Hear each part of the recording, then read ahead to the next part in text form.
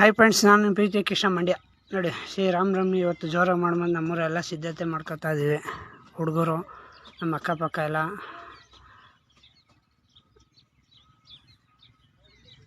ಜೈ ಶ್ರೀರಾಮ್. ನೋಡಿ, ಹೆಸರುಬೇಳೆ, ಪಾನಕ, ಮಜ್ಜಿಗೆ ತಯಾರಿ ಮಾಡ್ತಾವೆ. ಒಂದು 4-5 ಗಂಟೆ ಎಲ್ಲ ಪೂಜೆ ಮಾಡೋಣ ಅಂತ.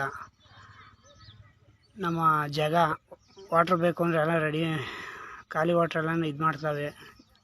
ಕ್ಯಾನ ನಮ್ಮ ಲೋಕೇಶ್ ಅಣ್ಣ ಇದ್ದಾರೆ, ಇವರೇ ಲೋಕೇಶ್ ಅಣ್ಣ ಎಲ್ಲ ರೆಡಿ ಮಾಡ್ತಾರೆ. ಕೊತ್ತಂಬರಿ ಸೊಪ್ಪೆಲ್ಲ ಮಾಡಿ ಜಾಗ ನೀರು ತಗೊಂಡು ಹೋಗ್ತಾ ಇದ್ದೀವಿ.